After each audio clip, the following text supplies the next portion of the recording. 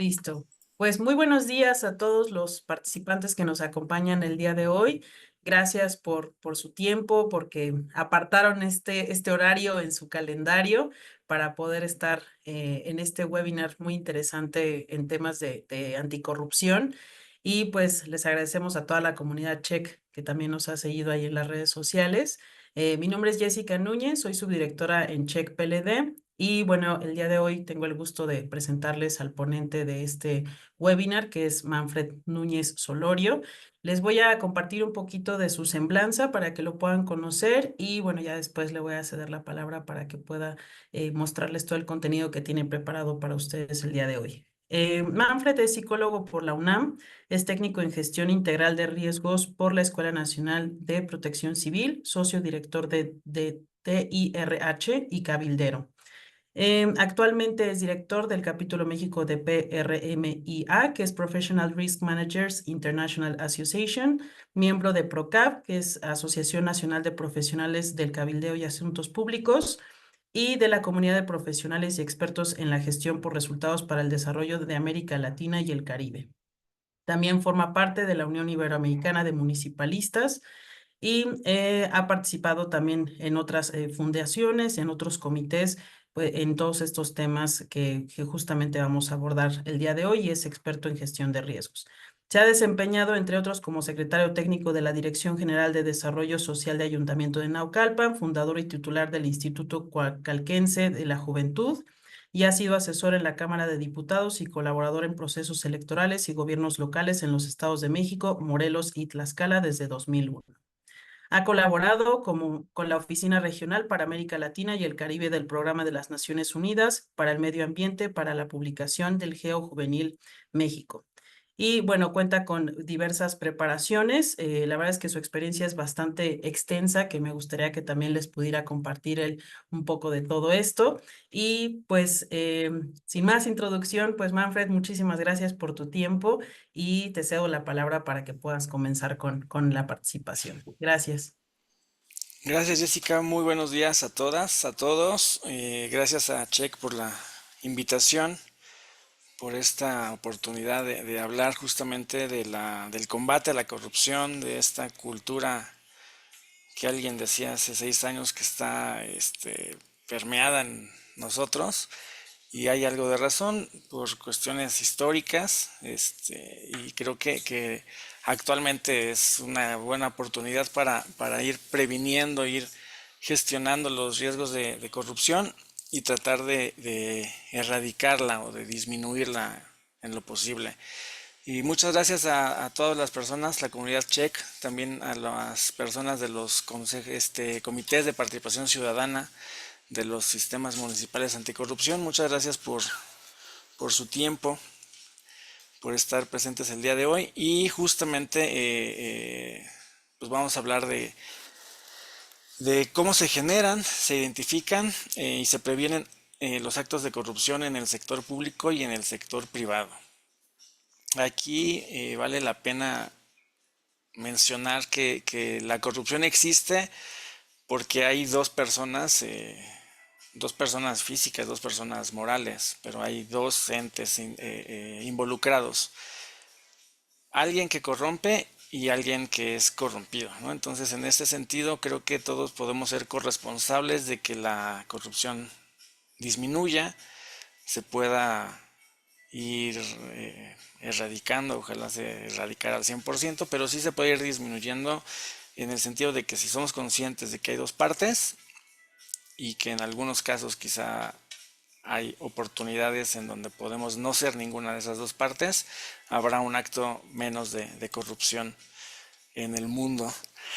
Y bueno, el objetivo de hoy es poderles brindar una comprensión integral de la corrupción, de sus diferentes formas y cómo se manifiestan tanto en el sector público como en el privado, así como presentar algunas herramientas y estrategias para que se puedan identificar y prevenir los actos de corrupción, tanto en el sector público como en el privado, y abordando principalmente aspectos normativos y de cumplimiento en nuestro marco legal que están relacionados con el combate a la corrupción. Para empezar, les quiero compartir esta imagen. es generada por inteligencia artificial y justamente es una herramienta que a mí me ha gustado en los últimos meses, que está tan de moda. Y le pedí a mi asistente de inteligencia artificial, eh, bueno, no le pedí como tal algo específico, solamente puse la palabra corrupción y le dije que quería una imagen, ¿no? Y esta fue la imagen que me relacionó y me hizo toda una descripción. Y justamente me decía, se podía leer ahí que es un fenómeno complejo. Estoy muy de acuerdo en esa parte. Y su prompt, su instrucción fue que es una imagen ilustrativa de un paisaje urbano de noche, donde la corrupción es evidente. El horizonte está dominado por un imponente edificio de varios niveles, adornado con lujosas decoraciones. La fachada del edificio muestra signos de decadencia y abandono, con una nube oscura y siniestra que se cierne sobre él. En primer plano, las calles están llenas de personajes sombríos que participan en actividades ilícitas, mientras que los residentes de la ciudad, representados como figuras sin vida, parecen marionetas y caminan desesperados. Me sorprendió bastante la descripción, creo que es muy atinada, muy integral. Y así es, creo que como la mayoría de las personas vemos y vivimos la corrupción, ¿no? Como algo, un edificio imponente que pueden ser nuestros gobiernos locales, federales, municipales, las empresas muy grandes que de repente sabemos que están involucradas en actos de corrupción. En las calles, pues el paisaje justo, ¿no? Desolado, sombrío, con gente que camina con miedo, actos por aquí y por allá delictivos. Y la corrupción en sí tiene un impacto social, ¿no? No sé si ya también lo pudiera decir que tiene un impacto en la inteligencia artificial, pero bueno, el impacto social que tiene es un deterioro de la confianza en las instituciones, que eso yo creo que también lo tenemos en diferentes niveles, pero lo tenemos ya como normalizado, ¿no? Somos totalmente, o no confiamos totalmente en nuestras instituciones. Y aquí es lo que comentaba hace rato, ¿no? Las instituciones son un grupo de personas que tienen un fin común, ¿no? En realidad no estamos desconfiando de X o Y institución, estamos desconfiando de gente como nosotros que está en esas instituciones y hace las cosas que no debería de hacer. No, no son las instituciones como tal un algo ahí, ¿no? Son un conjunto de gente que hacen algo. Eh, el impacto también es en la desigualdad. Actualmente pues, tenemos muchos problemas en el asunto de las drogas, ¿no? Y generan una gran desigualdad. Incluso en las colonias, ¿no? Hay gente, colonias, un ejemplo, colonias populares, que se dedican a asuntos no lícitos, que de repente tienen muchos ingresos, ¿no? Y no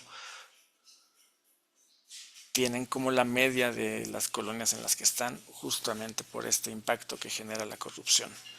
Y desde luego el impacto al desarrollo económico, ¿no? Desde que alguna gran empresa tiene mayor facilidad de acceder a ciertas condiciones por actos de corrupción, ¿no? Y le quita la oportunidad a otras empresas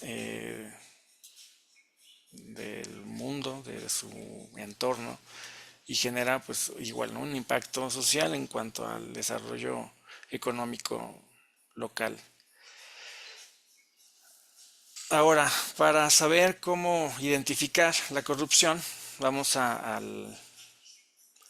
la raíz de la palabra, ¿no? Es una palabra de latín que básicamente tiene que ver con romper, ¿no? Corrupción es una raíz, ay, se me fue la raíz, pero es romper. Entonces la corrupción básicamente tiene que ver con lo que se rompe, con lo que se quiebra, lo que no está completo por la integridad. Y dice Joseph Centuria, La cita es de 1993, pero es de una enciclopedia que tiene 100 años más o menos. Y dice que la corrupción es el abuso de poder público para obtener un beneficio particular. Por otro lado, en un libro de Norberto Bobbio, una recopilación, Gianfranco Pasquino nos dice que la corrupción es entendida como una transacción o un intercambio entre quien corrompe y quien se deja corromper, lo que les mencionaba antes.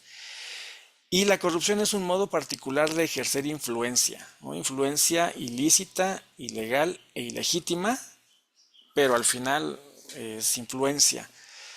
Y en estos tiempos que los influencers son como la aspiración de muchos jóvenes y adultos también, creo que vale la pena entender o quedarnos con esta palabra, con esta definición de la corrupción es un modo particular de ejercer influencia. Si lo hacemos mal, vamos a seguir creyendo que eso es lo que está bien. Y desde luego pues termina siendo un asunto ilícito, ilegal, ilegítimo. Eh, por ahí también hablaba Aristóteles, ¿no? Nos decía que la corrupción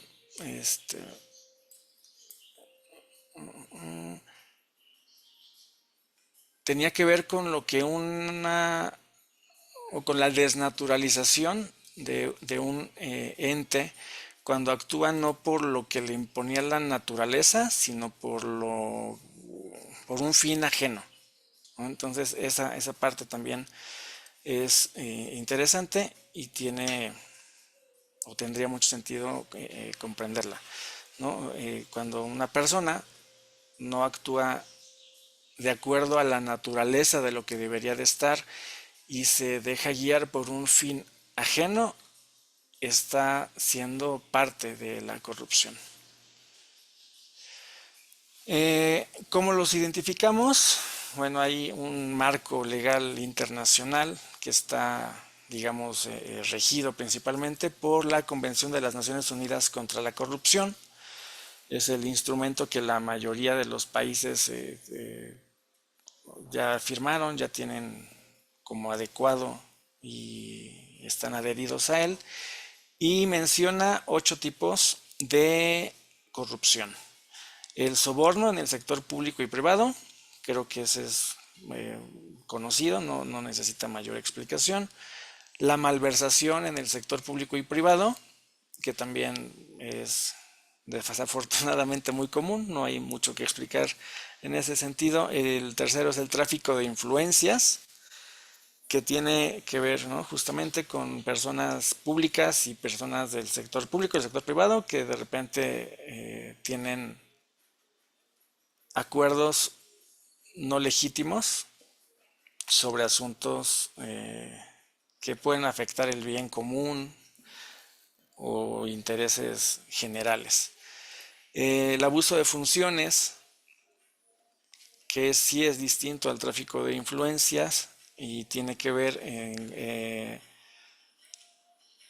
a que algunos directivos privados o servidores públicos de altos niveles ejercen actos que no están regulados por su función legal y que terminan de igual manera afectando intereses generales o intereses más grandes y de manera ilegítima.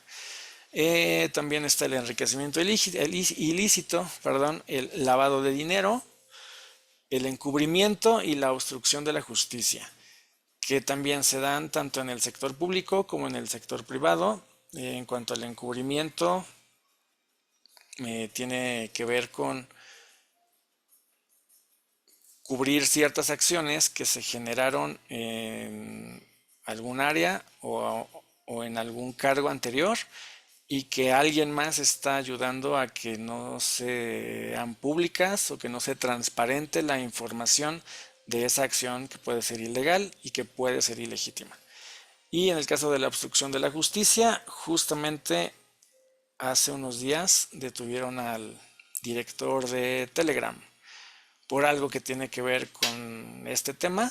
dice las autoridades francesas que le pidieron a Telegram que les diera información sobre grupos que cometen actos ilícitos en la red social de Telegram, en esta, como es como un WhatsApp, pero es un poco más privado. Y las autoridades francesas le estaban pidiendo al director de Telegram que les diera información sobre esto. Y el director de Telegram dijo que no, que en Telegram se privilegia la confidencialidad y la privacidad de sus usuarios, entonces no tenían por qué entregar información y que los usuarios eran libres de hacer prácticamente lo que quisieran. Entonces se tomó como una obstrucción a la justicia.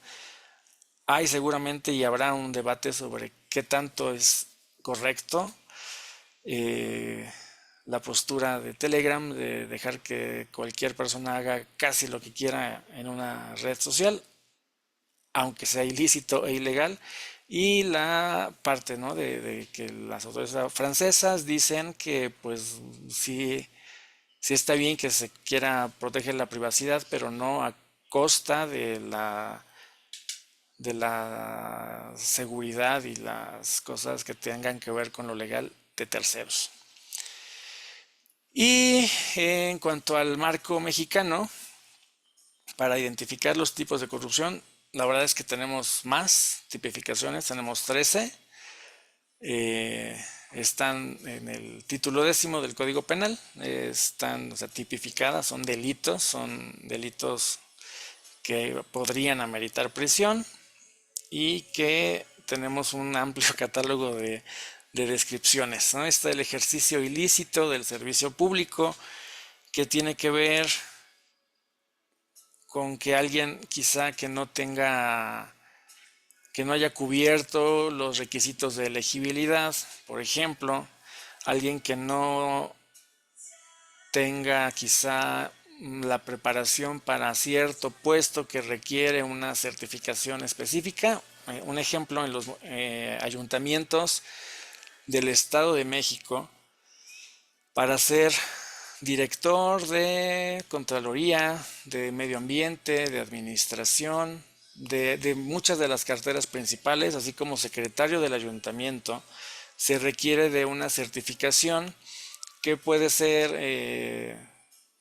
se obtiene a través del CONOCER, que es el Consejo Nacional de Certificación de Competencias, o a través del Instituto Hacendario del Estado de México, ¿no? O sea, sí hay algunas 2 o 3 instituciones que dan esta certificación.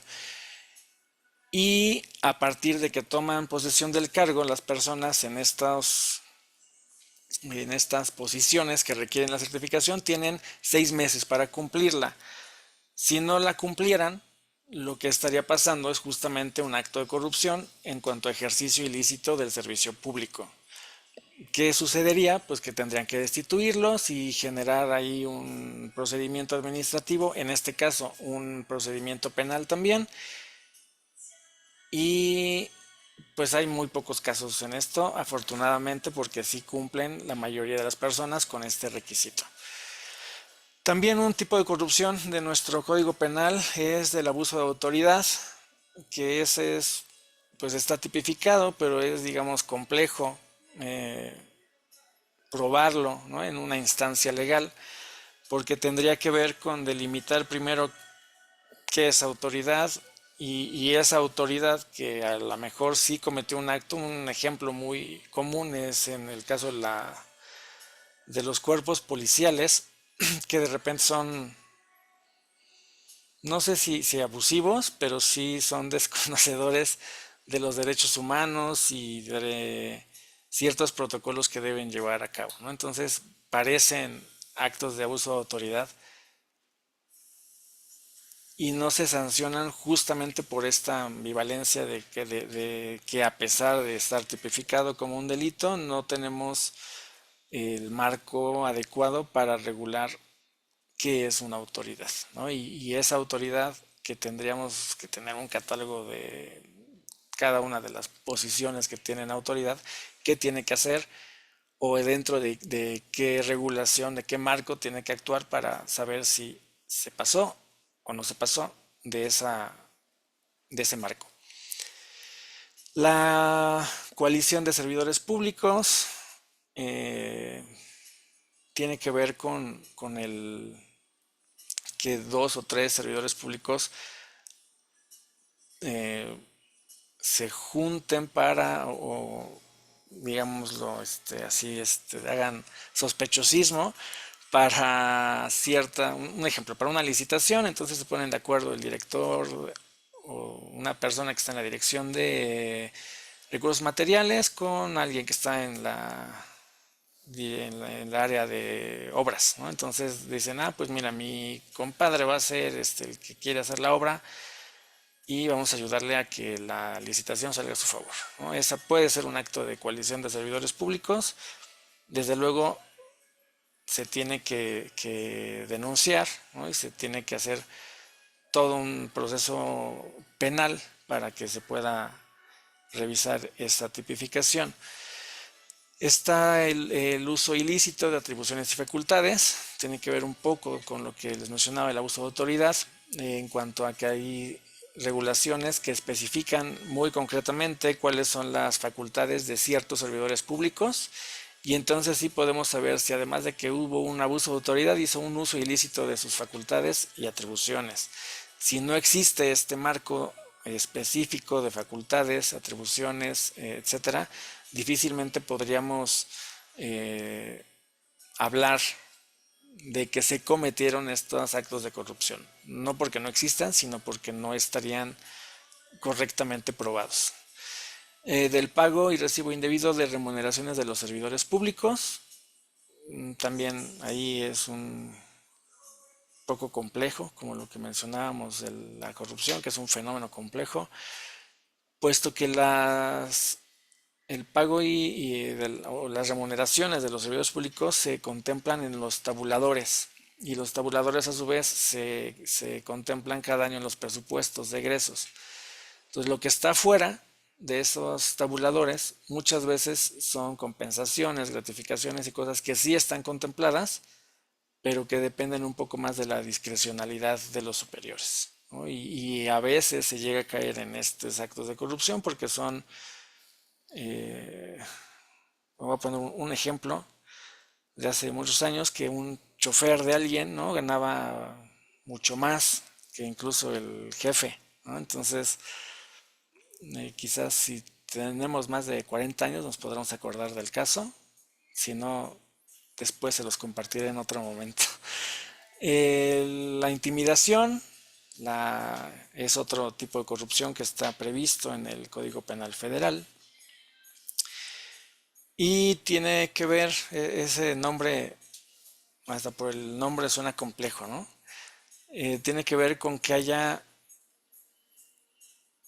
dos autoridades, o bueno, más de una autoridad, que quieren generar un perjuicio a algo o a alguien, a alguna institución, a alguna empresa, a alguna persona, y generan entre información y acciones que pueden no existir o que pueden ser falsas, ¿no? Y que además es como generar un complot, ¿no? La forma, yo creo que más común de denominar este tipo de corrupción.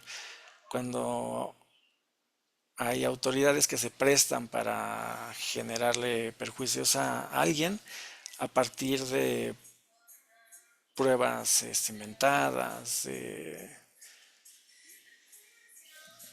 etcétera, ¿no? Cosas que quizá están más ligadas al ámbito judicial y que hemos escuchado sin duda, y es, a final de cuentas, un tipo de corrupción que puede ser denunciado desde luego, pero que a veces nos da miedo, ¿no?, por el tipo de personas que se dedican o que recurren a este tipo de actos de corrupción.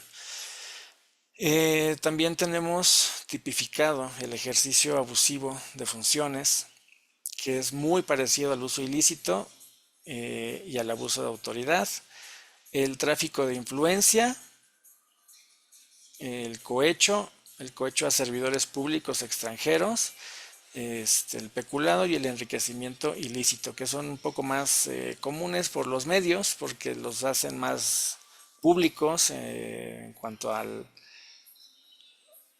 tipo de acciones que generan. Hasta aquí no sé si tengamos alguna duda, algún comentario. Si me ayudas ahí, Jessica, si hubiera algo. En caso de que no, bueno, seguimos con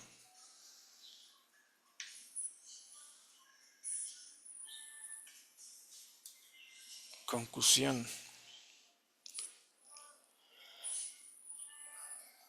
Aquí leo a Enrique Hernández que nos dice que es la concusión. Pues es eso, justamente como generar un complot para un ejemplo específico, ¿no?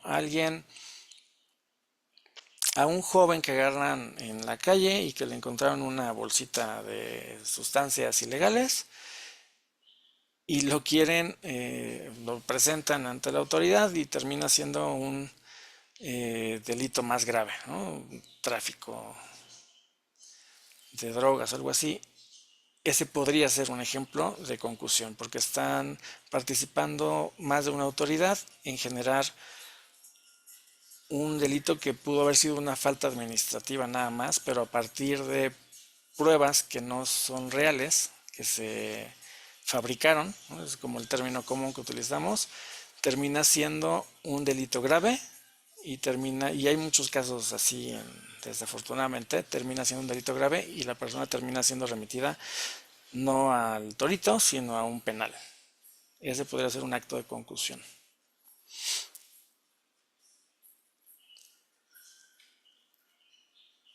Dice Diego que si podemos explicar el peculado. El peculado tiene que ver cuando un servidor público genera, digamos, un enriquecimiento ilícito de un servidor público a partir de acciones que tuvieron que ver con recibir dinero de particulares para,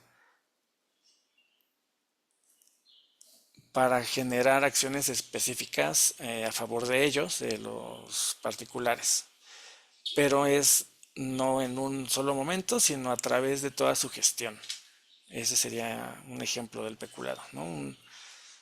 Una persona que recibe durante el tiempo que está como director de algo en algún lugar una cantidad de dinero que le incrementa sus ingresos de manera ilegal, de manera ilícita, y que al término de su gestión, pues la autoridad se da cuenta de que hubo un aumento en su fortuna, en sus ingresos, y resulta que fue a partir de que alguien le generaba un ingreso extra por recibir beneficios. Ese es más o menos el peculado. Ahora, ¿cómo podemos ir previniendo esta parte, no? Ya vimos más o menos cuáles son los delitos, cuáles son las faltas, los actos de corrupción que tenemos en México, en el marco internacional, y cómo los podemos prevenir. Primero hay que prevenir, o más bien, primero hay que entender que es un riesgo de corrupción. Y igual vámonos a la raíz de la palabra. Eh, el riesgo es la posibilidad de incurrir en pérdidas, ya sea por causas o fallas en procesos internos o por ocurrencia de acontecimientos externos. Un riesgo, en sí la palabra, tiene que ver con lo que no está controlado, aunque podemos preverlo o prevenirlo o saber que es posible que ocurra. Pero no tenemos la certeza de que no va a suceder y que tampoco tenemos la certeza de cuándo va a suceder ni cómo va a suceder. Hay como tres factores esenciales para que entendamos el riesgo. No podemos o no tenemos la posibilidad de saber el tiempo, su duración y su magnitud. Entonces, lo único que podemos hacer es gestionarlo para tener planes de contingencia.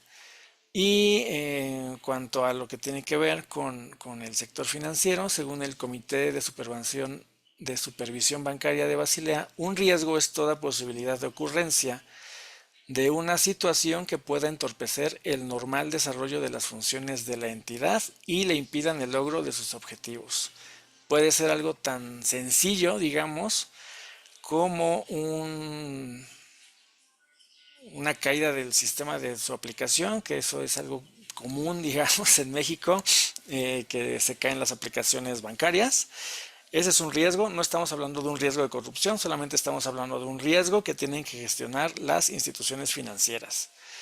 Y eso es algo, digamos, sencillo, pero es común y recurrente, hasta algo tan grave como un eh, fraude mundial o no sé, el martes negro, el viernes negro, que fue hace como 100 años y que cayó la bolsa de valores y que entonces hubo una crisis económica mundial, ¿no? Ese es otro riesgo que las instituciones financieras tienen que prevenir y tener planes de contingencia. Únicamente hablamos de riesgo.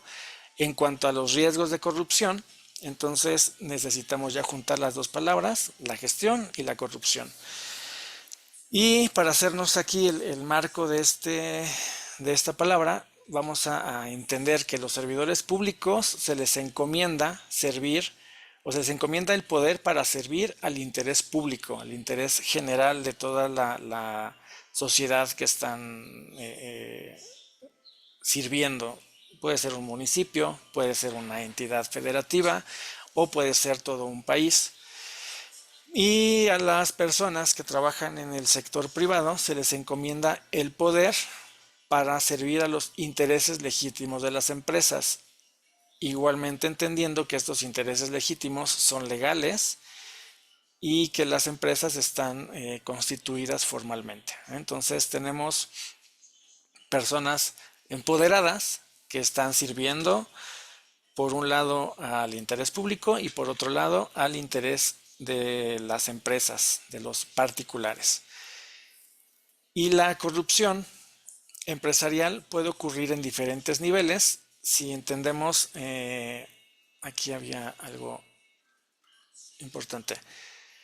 Eh, ya que tenemos identificados que los servidores públicos sirven a los intereses sociales generales y los servidores privados, los empleados privados, a los intereses de las personas privadas, de las empresas, hay que identificar los intereses a los que se debe servir y a quién o a quién se está sirviendo en realidad. Y la corrupción ocurre cuando las personas u organizaciones promueven intereses ajenos a los que están sirviendo o que les fueron asignados. Esto es lo que les decía al principio, un poco del enfoque aristotélico, ¿no? En el momento en el que un servidor público decide obtener un beneficio para sí o para su jefe, para sí mismo o para su jefe, jefa superior, entonces ya está cayendo en un acto de corrupción.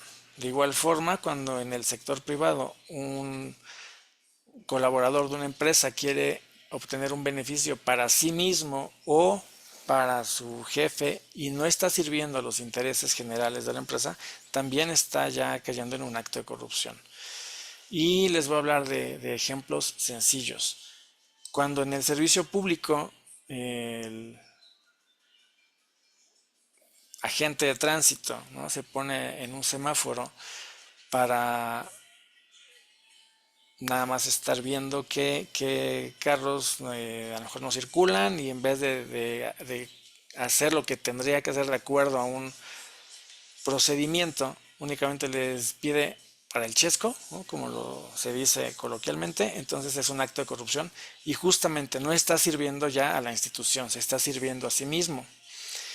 Y otro ejemplo del sector privado es en algunas empresas que llevan productos a las tienditas, ¿no?, un producto embolsado que llega a la tiendita, puede ser que el repartidor recoge el producto que ya no se vendió, pero en lugar de regresarlo a la empresa de acuerdo a un procedimiento, de acuerdo a un proceso establecido, lo revende por fuera a otra tiendita o a alguien que es a otra persona X para que a su vez sea revendido en el mercado. Entonces, ese producto ya no regresó a su lugar de donde tenía que estar y hubo un acto de corrupción que podría parecer insignificante, pero este pequeño acto de corrupción hace que ese producto en la tienda cueste 1 o 2 pesos más y a todos nos termina afectando la corrupción. Y lo que comentaba, la corrupción empresarial puede ocurrir en diferentes niveles de la actividad corporativa o esferas de influencia, en la cadena de suministros, en las operaciones comerciales y en el entorno de la sociedad. Este ejemplo, ¿no?, de un repartidor es justamente esto.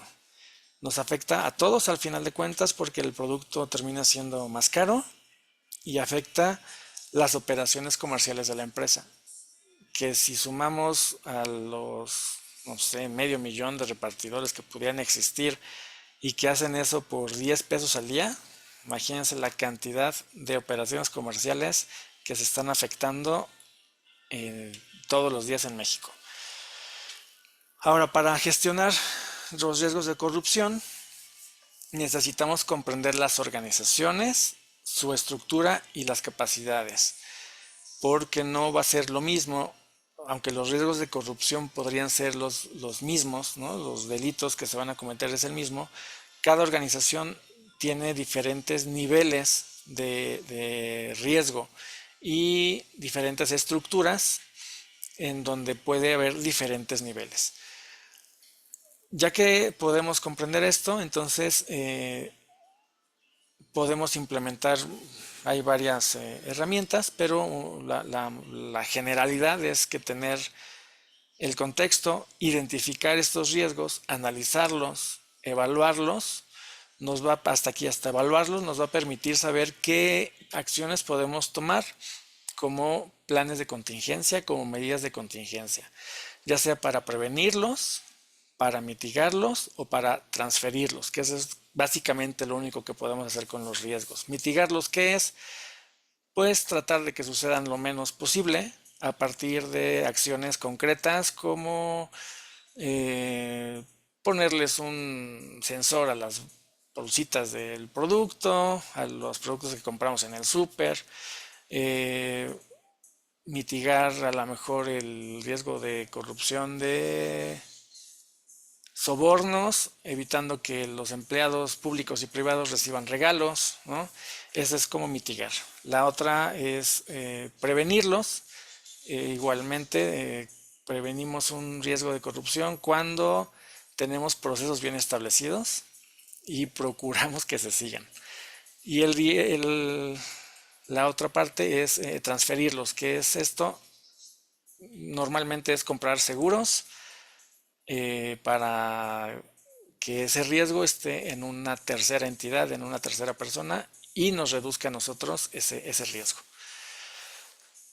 ¿Cómo se normaliza la corrupción en las empresas y en el sector público? Básicamente es en 3 procesos, ¿no? La institucionalización, y eso lo podemos ver con el ejemplo de tránsito, ¿no? Ya tenemos como normalizado, por nombrarlo de alguna manera, el, el decir incluso, ¿no? Bríndanos la atención, o agente oficial, bríndame la atención, ahí le doy pa'l chesco, ¿no? Eso ya es institucionalizar la corrupción porque creemos que eso es lo normal, porque lo vemos ya como algo que así puede ser. Y ahí entra la racionalización y la socialización, que son los otros 3 procesos mediante los cuales se normaliza la corrupción. Ya lo racionalizamos de manera que nos cuesta trabajo hacerlo diferente, ¿no? Es que me pasé el alto porque no lo vi. Pues sí, entonces dame mi multa, voy y la pago. Pero es que tengo mucha prisa, pues es más fácil que nos den el voucher, lo paguemos en el momento, porque ya muchos lugares traen su cosita para los pagos con tarjeta, o al día siguiente o otro día lo pago en la delegación, ¿no? Y me va a quitar, un ejemplo, 5 minutos. Mientras que negociar ahí la cantidad del soborno puede ser que nos quite 5 o 10 minutos, ¿no? Entonces, lo racionalizamos de manera que no lo vemos factible hacerlo diferente. Y lo terminamos socializando, ya es una frase común, ya es hasta asunto de chistes que vemos en televisión, en medios, etcétera.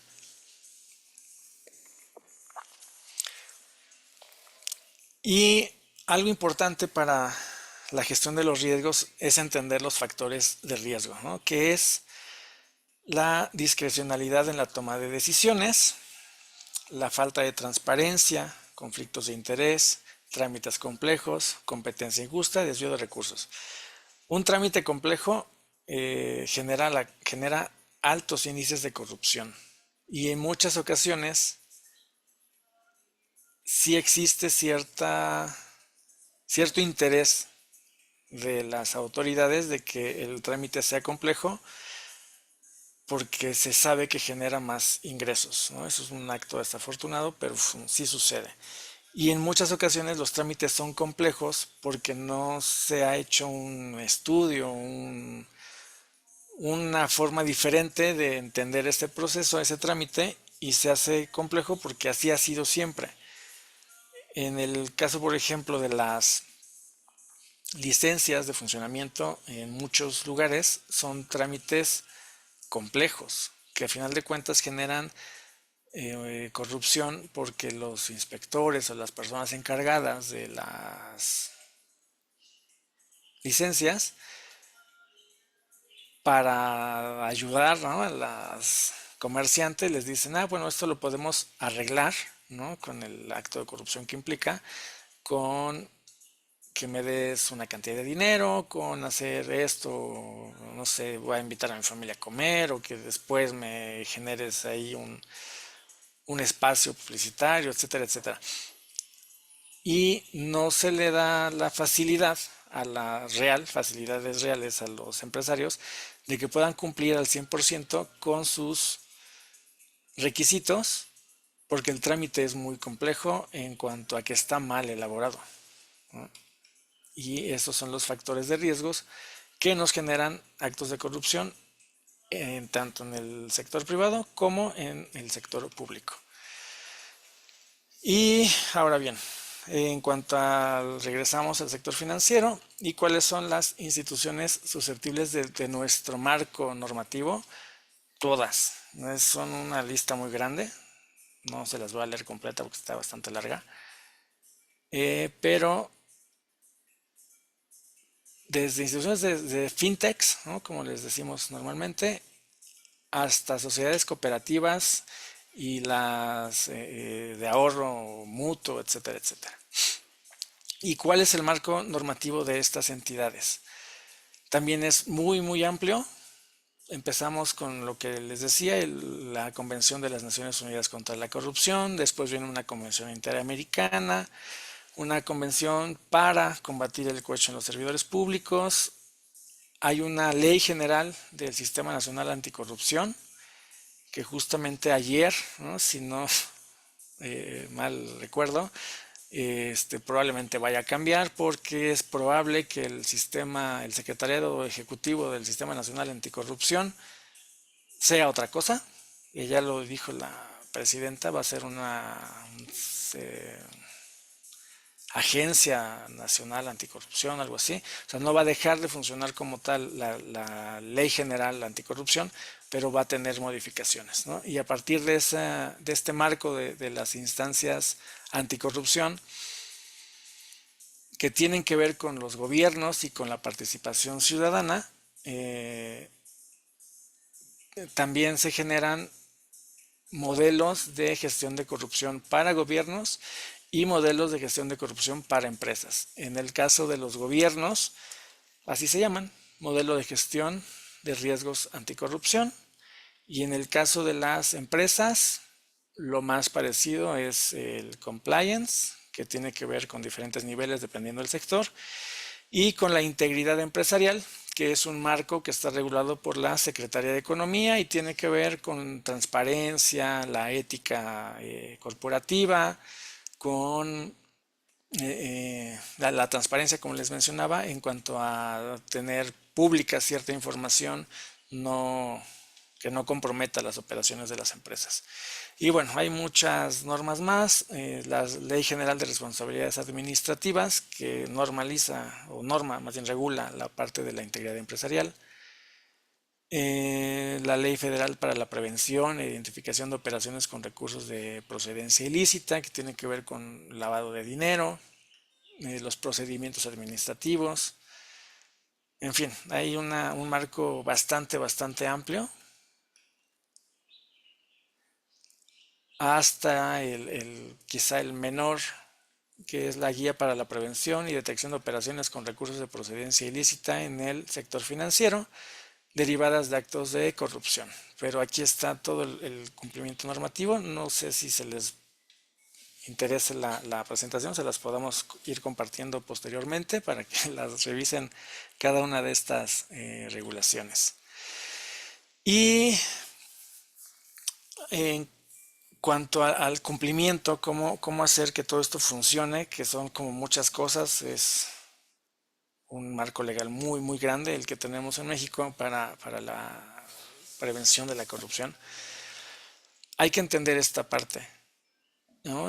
Las obligaciones de las empresas tienen que ver con sus códigos de conducta, y que estos códigos de conducta sean funcionales. No es nada más un papel de 1 o 2 hojas que dicen palabras bonitas, sino que tengan que ver con realmente códigos de conducta que involucren o que les den un panorama a los colaboradores de cómo tienen que actuar en el ejercicio de sus funciones, ¿no? Recordemos que una persona del sector privado tiene el poder para servir los intereses legítimos de la empresa. Entonces el código de conducta y ética tiene que ver con esto, justamente, con representar éticamente esos intereses legítimos. Y pues entran los programas de compliance, la debida diligencia, etcétera. Y para el sector financiero, ¿no?, está el enfoque basado en riesgos, que tiene que ver con 3 fases, 3 puntos esenciales. El diseño que igualmente tiene un número de fases, me parece que 3 también, en donde se tienen que prevenir los riesgos, conocerlos primero y prevenir los riesgos que puedan existir de acuerdo a las actividades que realiza esa institución, y darles un nivel de probabilidad alto, medio y bajo. A partir de ahí implementar las posibles soluciones y un método de evaluación, de valoración, para volver al punto inicial, ¿no?, de revisarlo constantemente, buscando siempre una mejora continua. El enfoque basado en riesgos es este ciclo continuo e interminable en el que se busca que justamente siempre se estén revisando lo que está sucediendo, para siempre tener a la mano la mejor herramienta de prevención, de mitigación o de transferencia de riesgos.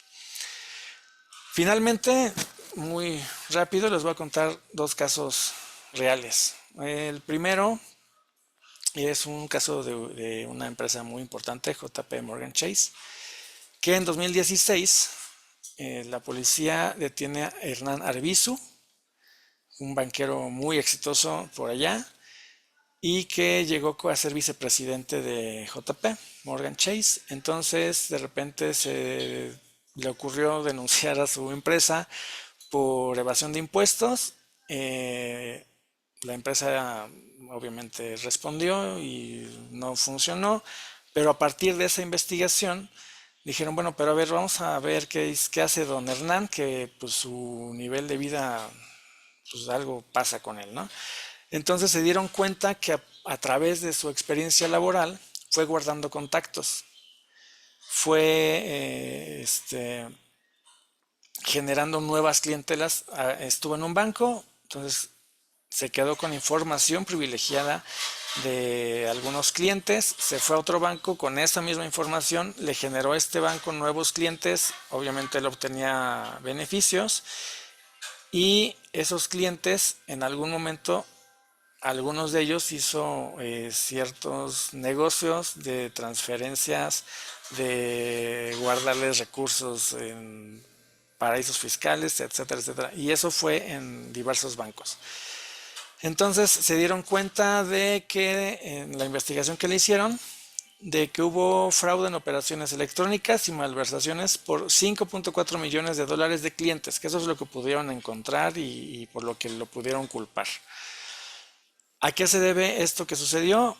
Básicamente a la falta de controles y a la mala gestión de los riesgos financieros en el interior de la institución, que le dieron a don Hernán pues, la posibilidad de lavar dinero y de encontrar él mismo el modo de evadir impuestos, que es por lo que empezó todo el asunto de su investigación.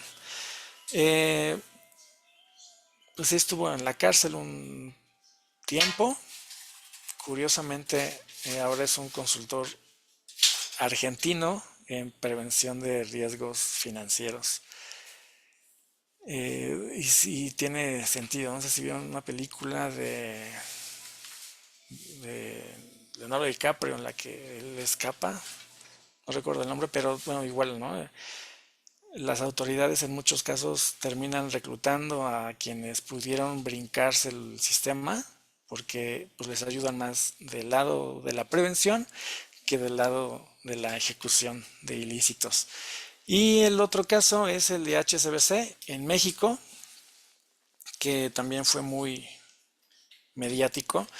Y resulta que entre el 2006 y el 2009, este banco aceptó más de 15.000 millones en sus filiales en México, Rusia y otros países donde se considera que existe algo riesgo de lavado de dinero y no supervisaba esas transacciones que además eran en efectivo. A partir de esto es que se dan las regulaciones en México de los depósitos en efectivo, que ya está muy regulado, y fue a partir de esta parte. Fue el banco notificado en múltiples ocasiones de que había operaciones irregulares. Entonces el banco dijo nada, ¿no? En su omisión, las autoridades mexicanas demandaron una auditoría. Y un equipo de auditoría estuvo durante 6 meses en las instalaciones del banco y lograron 10.000 hojas de evidencia y detectaron que pues efectivamente hubo operaciones con recursos de procedencia ilícita, lavado de dinero, etcétera, etcétera. Y bueno, la multa fue de 379 millones de pesos. Pero hubo, imagínense, 10.000 hojas. Es una, no, son 10 cajas, ¿no? De las hojas de papel bond. 10 cajas de esas de puras evidencias de cosas irregulares en este banco.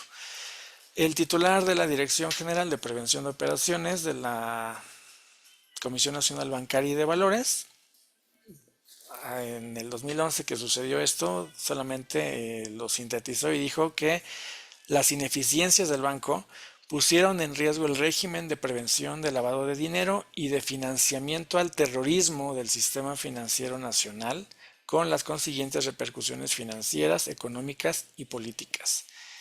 Es decir, el banco sabía lo que pasaba, lo toleró y si bien no lo encubrió, al menos no lo reportó, ¿no? Y eso generaba vulnerar todo el sistema financiero mexicano.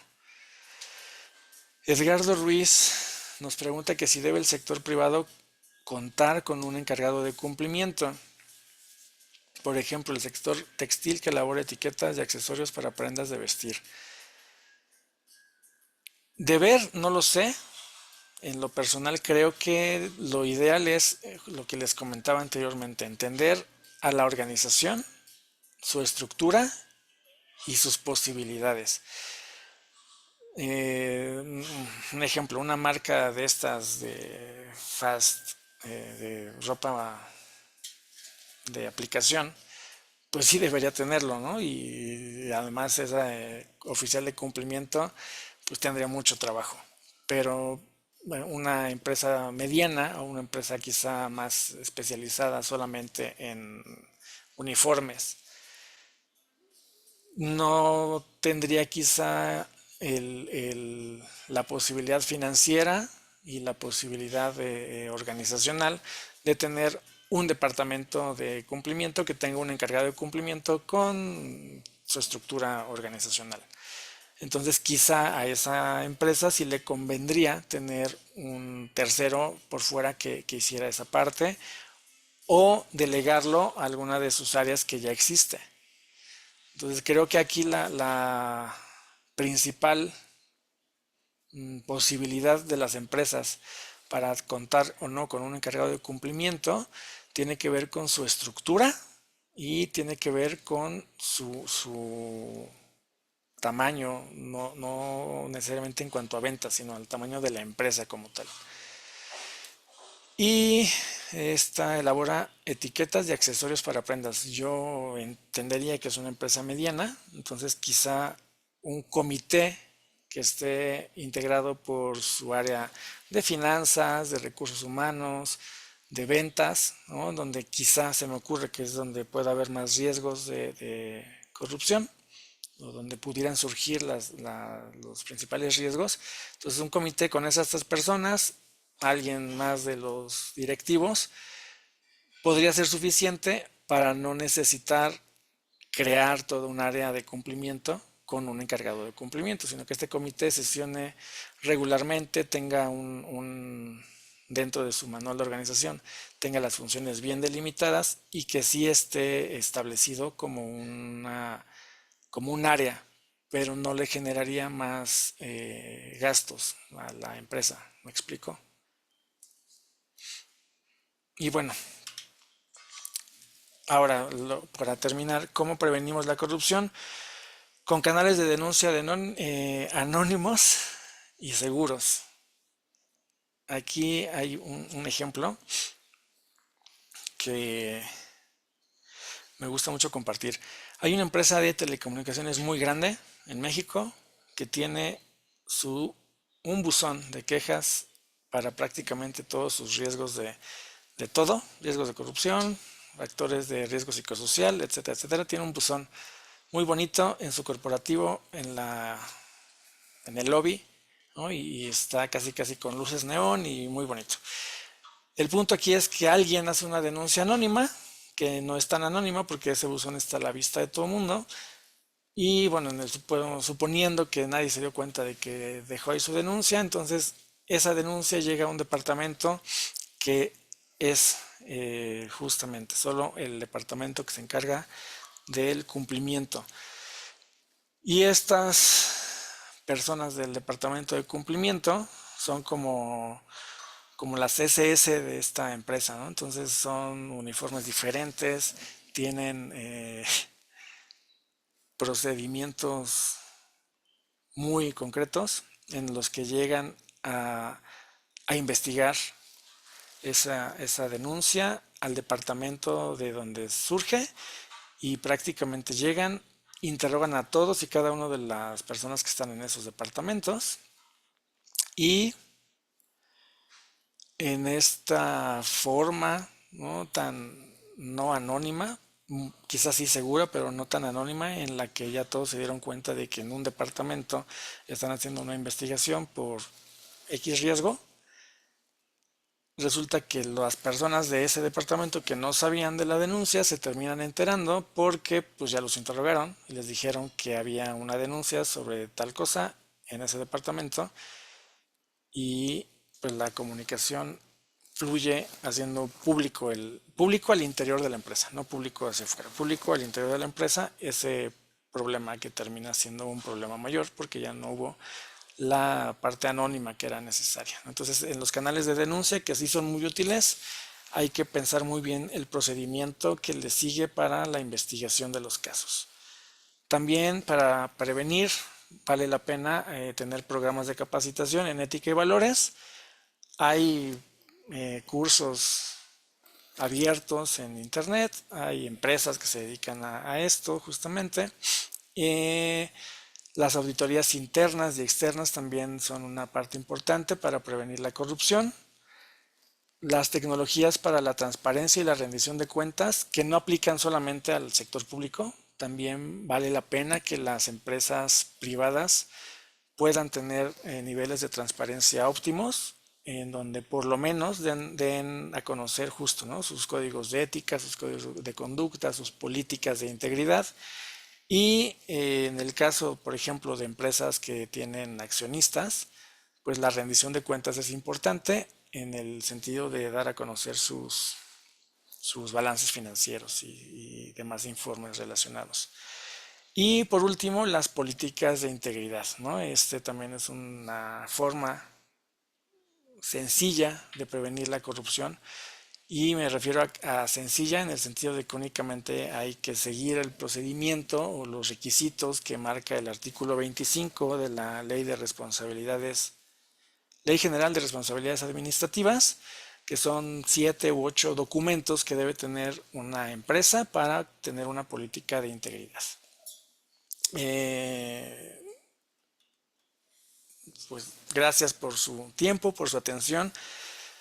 No sé si exista alguna duda, algún comentario o algo más que quieran agregar hasta aquí, y quedo aquí pendiente. Jessica, no sé si hay más preguntas.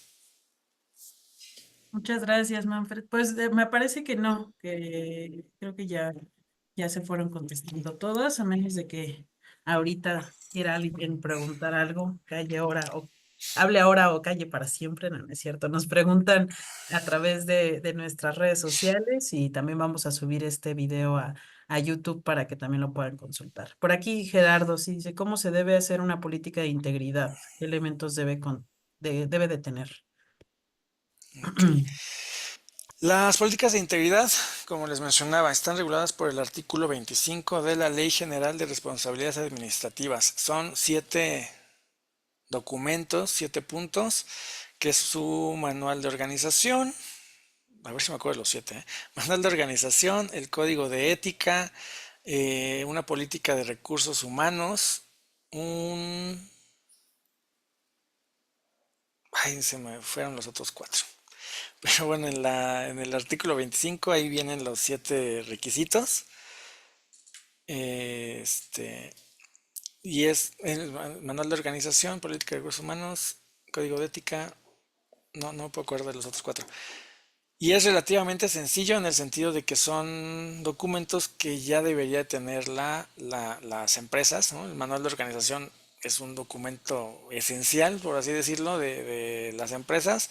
No muchas los tienen, desafortunadamente, pero pues deberíamos tenerlas para saber qué nos toca hacer a cada quien, ¿no? Y eso también nos ayuda de inicio a prevenir la corrupción y la duplicidad de funciones, que nos puede también ahorrar recursos. Aquí está. Gracias, Enrique. Sí, gracias, Enrique. Ya. Ese manual de organización no está completo. Faltan 3. Pero bueno, ahí lo pueden revisar en el artículo Para tener 25. la fuente. Sí, muchas gracias, Enrique. No, muchas gracias. No sé si hay alguna otra pregunta antes de cerrar. Vale. Pues creo que ya no, pero muchísimas gracias, Manfred, por tu tiempo, por esta excelente exposición. Yo también estaba muy atenta de todo lo que nos ibas platicando, también de estos casos tan escandalosos que también pues los hemos visto, pues todo el impacto en temas de lavado de dinero, ¿no? Y también pues hablando del compliance ya de este lado en prevención del lavado de dinero, que es lo que hacemos en Check, pues justamente reforzar todo este tema de políticas, los procesos, sistemas, etcétera, ¿no? Pero bueno, pues como les comentábamos aquí en el chat, vamos a enviar la presentación por correo electrónico y un enlace para que nos apoyen a contestar la encuesta y de forma automática se les genera su constancia de participación.